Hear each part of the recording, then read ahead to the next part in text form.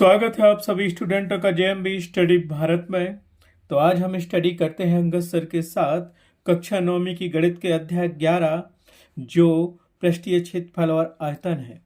ये पृष्ठीय क्षेत्रफल और आयतन का भाग नंबर 5 है, जिसमें हम जानेंगे प्रश्नावली 11.1 के भाग 4 में प्रश्न क्रमांक 6 और 7 का संपूर्ण हल। इससे पहले यदि आपने हमारे चैनल्स को सब्सक्राइब नहीं किया है तो प्लीज सब्सक्राइब कीजिए ताकि इसी प्रकार की वीडियो आपको सबसे पहले मिल सके। तो आइए हम देखते हैं प्रश्न नंबर 6 और 7 क्या कहता है। प्रश्न 6 दिया गया है, शंकु के आधार की एक गुंबज की त्रियक ऊंचाई और आधार का व्यास क्रमशः 25 मीटर और 14 मीटर है। उसकी वक्र पृष्ठ पर 210 रुपये प्रति 100 वर्ग मीटर की दर से सफेदी कराने का व्यय ज्ञात कीजिए। ठीक है, तो यहाँ पे एक शंकु, एक गुंबज दी गई है जो शंकु के आकार की बनी है, तो उसको हम बना लेते हैं और उसकी त्रियक ऊंचाई और आधार का व्यास दिया गया है। हमें करना है वक्र पृष्ठ पर। ठीक है, अर्थात शंकु का वक्र पृष्ठ का क्षेत्रफल हमें ज्ञात करना पड़ेगा और जो क्षेत्रफल आएगा उसमें हम क्या करेंगे, 210 प्रति रुपये का हम गुणा कर देंगे। ठीक है, उसने कहा कि 100 वर्ग मीटर पे कितने रुपए देने पड़ते हैं उसको सफेदी कराने के, 210 रुपये। ठीक है, तो अब यहाँ पे हम बना लेते हैं, जो हमें क्या जो दिया गया है वो लिख लेते हैं, जो ज्ञात करना है वो लिख लेते हैं और यहाँ पे हम एक गुंबज ड्रा कर लेते हैं शंकु के आकार की। तो यहाँ पे हमने एक शंकु के आकार की गुंबज हमने ड्रा कर ली है। ABC एक क्या है, गुंबज है शंकु के आकार की, जिसकी ऊंचाई h है और त्रिज्या r है और ये पूरा व्यास दिया गया है d बराबर 14 मीटर। वहीं शंकु की त्रियक ऊंचाई, गुंबज की त्रियक ऊंचाई l बराबर दी गई है 25 मीटर। ठीक है, तो यहाँ जो दिया गया है वो हम लिख लेते हैं। तो हमें यहाँ क्या दिया गया है, शंकु या गुंबज की त्रियक ऊंचाई l बराबर 25 मीटर दी गई है। वहीं शंकु या गुंबज के आधार का व्यास d बराबर 14 मीटर दिया गया है और वक्र पृष्ठ पर रुपये 210 प्रति 100 वर्ग मीटर की दर से सफेदी करने की दर दी गई है। हमें यहाँ पे ज्ञात करना है सफेदी कराने में कितना व्यय होगा। तो हमें यहाँ पे ज्ञात करना है गुंबज के वक्र पृष्ठ पर सफेदी करने में कितना व्यय होगा। ठीक है, तो गुंबज ये बनी है तो इसका ये जो पृष्ठ होता है वक्र पृष्ठ, तो इसका हमें क्षेत्रफल निकालना पड़ेगा कि कितने क्षेत्रफल में गुंबज बनी है। ठीक है, और जितना क्षेत्रफल होगा उसमें हम इसका क्या करेंगे, प्रति 100 वर्ग किलोमीटर के रुपए कितने लग रहे हैं, 210, तो उसका गुणा कर देंगे और 100 का हम भाग दे देंगे। इस प्रकार से हमें उसका व्यय मिल जाएगा। लेकिन उसके पहले हमें शंकु या गुंबज का वक्र पृष्ठ निकालना पड़ेगा और वक्र पृष्ठ निकालने के लिए क्या हमें त्रियक ऊंचाई चाहिए और उसकी त्रिज्या चाहिए। तो व्यास दिया गया है, डायमीटर दिया गया है, तो उसकी रेडियस हम निकाल लेंगे। ठीक है, अब क्योंकि हम जानते हैं कि त्रियक ऊंचाई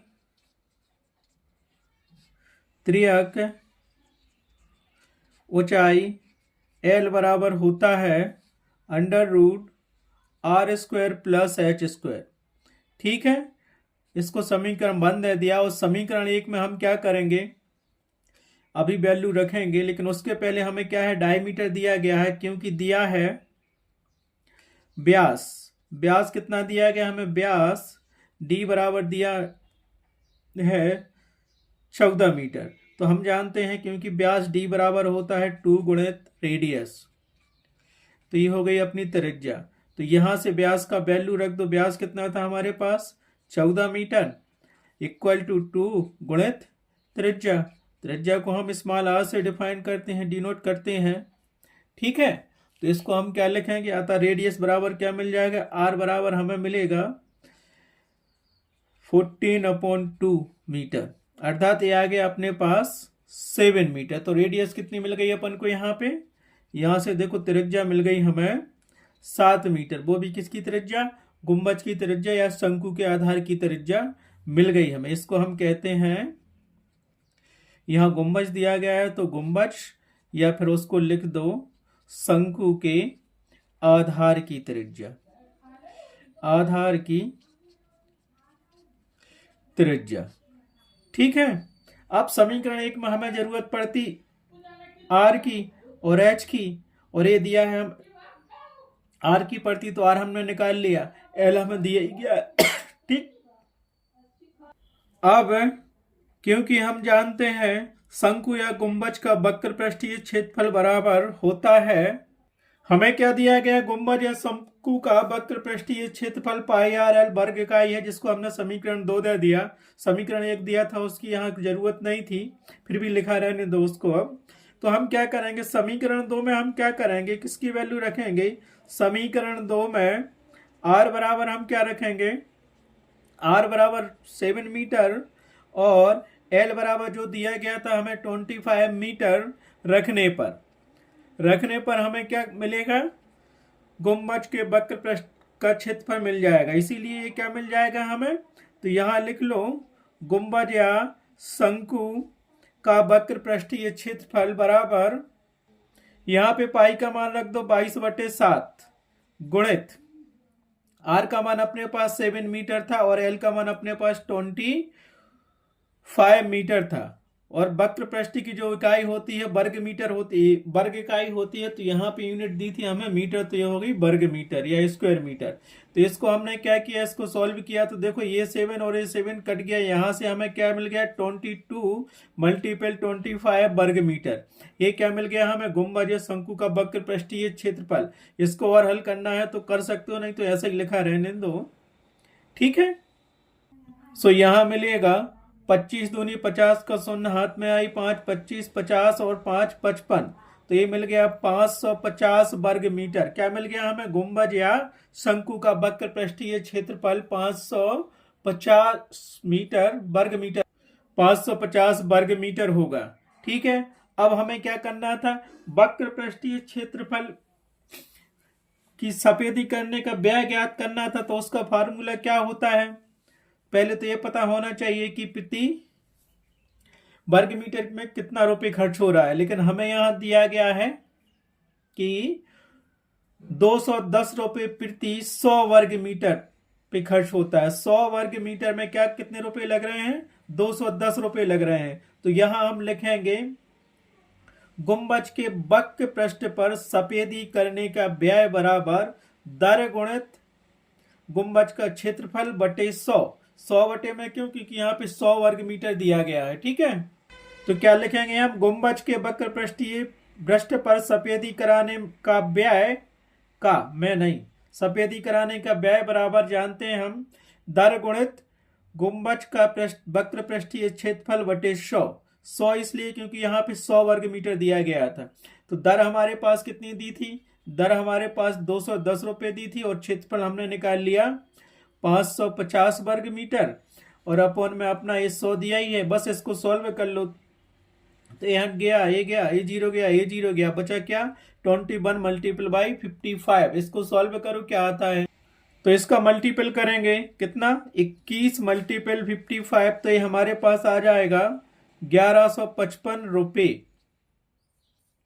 ठीक है। तो आंसर क्या लिखेंगे, जो फाइनल आंसर हमें चाहिए था, हम लिखेंगे गुंबज के वक्र पृष्ठ पर सफेदी करने में 1155 रुपए खर्च होंगे। तो यहां लिख लो अतः गुंबज, तो यह उत्तर क्या लिखेंगे, अतः गुंबज के वक्र पृष्ठ पर सफेदी करने में 1155 रुपए व्यय होगा। तो यहाँ उत्तर पूरी लाइन लिखना पड़ेगा, मैं उत्तर यहाँ पे यही लिख रहा हूं कि रुपए 1155, आपको पूरा लिखना आंसर में, गुंबज के वक्र पृष्ठ पर सफेदी करने में रुपए 1155 व्यय होगा। इस प्रकार से प्रश्नावली 11.1 का क्वेश्चन नंबर 6 कंप्लीट हुआ। आप चलते हैं नेक्स्ट क्वेश्चन पर, क्वेश्चन नंबर 7 पर। तो प्रश्न नंबर 7 हमें दिया गया है, एक जोकर की टोपी एक शंकु के आकार की है, ठीक है। जोकर की टोपी शंकु के आकार की है, जिसके आधार की त्रिज्या 7 सेंटीमीटर है और ऊंचाई 24 सेंटीमीटर है, अर्थात 24 सेंटीमीटर है। इसी प्रकार की 10 टोपियां बनाने के लिए आवश्यक गत्ते का क्षेत्रफल ज्ञात कीजिए। सबसे पहले तो वो कह रहा है कि हमें क्वेश्चन में दिया गया टोपी के आधार की त्रिज्या दी गई है 7 सेंटीमीटर और उसकी ऊंचाई h बराबर 24 सेंटीमीटर दिया गया है। वो कह रहा है कि 10 टोपियां बनाने में कितना कपड़ा लगेगा, गत्ते, ठीक है। मतलब कपड़ा का हमें साइज निकाल ली है तो उसको हम क्षेत्रफल कहेंगे, और वो टोपी किस आकार की है, शंकु के आकार की है। तो पहले तो हम यहाँ शंकु ड्रा कर लेते हैं, टोपी ड्रा कर लेते हैं, उसके आकार की है। तो हमने बना लिया एक ये शंकु, टोपी बना लो यहाँ से क्या हो गया ABCD, एक क्या हो गई, टोपी हो गई। नीचे क्या ये व्रत बना रहता है, तो यहाँ से हो गया ABC, और ये दिया यहाँ से हाइट कितनी दी हमें इस टोपी की या इसकी, H बराबर हमें ये दी है 7, H बराबर हमें दी है ये कितनी, 24 सेंटीमीटर। ठीक है, वहां रेडियस हमें कितनी दी, यहां से यहां तक की रेडियस हमें दी गई है R बराबर शंकु के आधार की त्रिज्या या टोपी के आधार की त्रिज्या R बराबर 7 सेंटीमीटर। ठीक है, हमें क्या करना है, 10 टोपियों का क्षेत्रफल ज्ञात करना है। इस प्रकार की 10 टोपियां बनी हुई हैं, ये हमने एक टोपी बनाई है जो शंकु के आधार की है। तो हम यहाँ क्या लिखेंगे, सबसे पहले जो हमें दिया गया वो लिखेंगे, और जो ज्ञात करना है उसको लिखेंगे। ठीक है, तो हमें क्या टोपी की साइज लगना है, टोपी में जो गत्ता लगा रहता है या कपड़ा लगा रहता है वो चारों तरफ लगा रहता है, नीचे नहीं लगा रहता। ठीक है, तो हम क्या करेंगे, शंकु का वक्र पृष्ठ निकालेंगे, तो उसको लिखेंगे एक टोपी का वक्र पृष्ठीय क्षेत्रफल बराबर πRL। πRL में यहाँ पे हमें R दिया है, L दिया नहीं गया है, तो हमें इस स्लैंट हाइट ज्ञात करनी पड़ेगी L। इसके लिए हमें क्या फार्मूला दिया गया है तो वो लिखना पड़ेगा। ठीक है, तो सबसे पहले जो दिया गया उसको लिख लेते हैं, और जो ज्ञात करना है उसको हम लिख लेते हैं। हमें यहाँ दिया गया है टोपी या शंकु के आधार की त्रिज्या R बराबर 7 सेंटीमीटर, ये दी है 7 सेंटीमीटर। वही टोपी या शंकु की ऊंचाई H बराबर दी है हमें 24 सेंटीमीटर। ज्ञात करना है शंकु के आकार की 10 टोपियों में लगे गत्ते का क्षेत्रफल, अर्थात हमें ज्ञात करना पड़ेगा शंकु के वक्र पृष्ठीय क्षेत्रफल। ठीक है, तो क्षेत्रफल निकालने के लिए हम क्या जानते हैं, क्योंकि यहां हम जानते हैं सबसे पहले तो हमें L की जरूरत होगी स्लैंट हाइट की, तो वो कैसे निकालेंगे, तो हम क्या जानते हैं, हम जानते हैं शंकु या टोपी की त्रियक ऊंचाई बराबर टोपी या शंकु की त्रियक ऊंचाई L बराबर √R² प्लस H² होती है। इसको हमने समीकरण 1 मान लिया। अब क्या करेंगे, इसमें हम रख देंगे समीकरण 1 में क्या रखेंगे, इसीलिए समीकरण 1 में R बराबर 7 सेंटीमीटर बा H बराबर 24 सेंटीमीटर रखने पर। ठीक, तो समीकरण 1 में रखेंगे तो हमें क्या मिलेगा, सो हमें यहाँ मिल जाएगा शंकु की त्रियक ऊंचाई L बराबर मिल जाएगा √R की वैल्यू रख दो 7 का होल स्क्वायर हो जाएगा, H की वैल्यू रख दो तो ये 24 का होल स्क्वायर हो जाएगा। तो यहाँ से क्या मिलेगा, ये पूरा सेंटीमीटर में मिलेगा।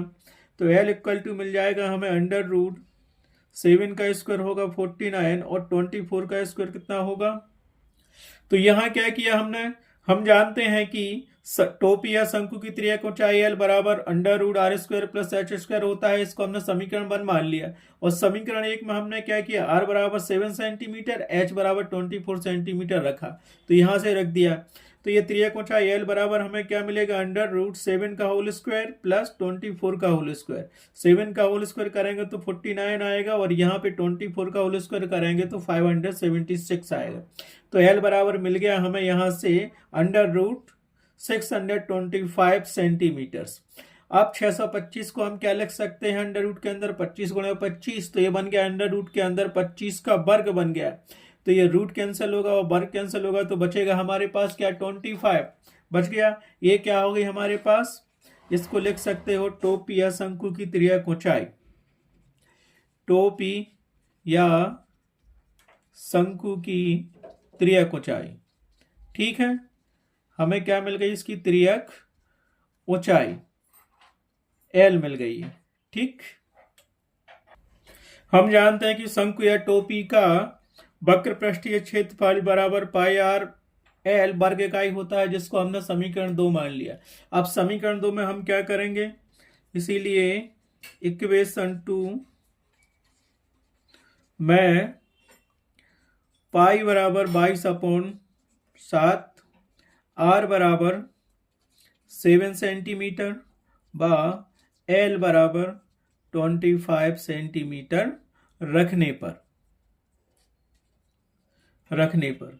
सो यहां से हमें मिलेगा टोपिया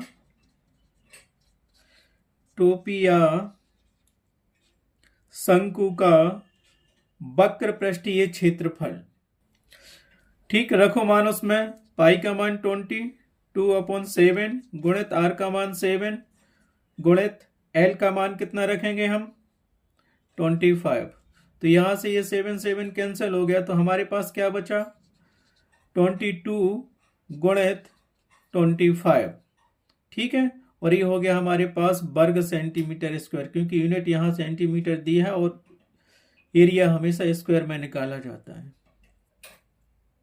तो ये पिछले सवाल की तरह इसका भी आंसर हमारे पास कितना आ गया 550 वर्ग सेंटीमीटर। ये क्या निकाल लिया, तो हमारे पास क्या आ गया टोपिया शंकु का वक्र पृष्ठीय क्षेत्रफल 550 वर्ग सेंटीमीटर। हमें ज्ञात करना था 10 टोपियां बनाने में कितना गत्ता लगेगा।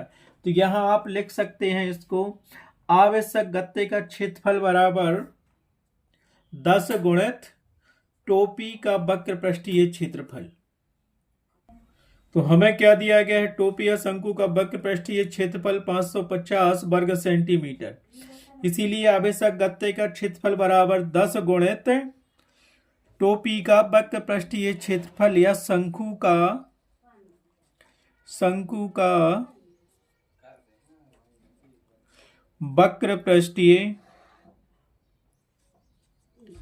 क्षेत्रफल। ठीक है, कितना निकाला था हमने, ये तो हो गई 10 टोपियां हमारे पास। ये वक्र पृष्ठीय क्षेत्रफल में निकाला तो 550। तो हमारे पास क्या मिलेगा, ये मिल जाएगा 5500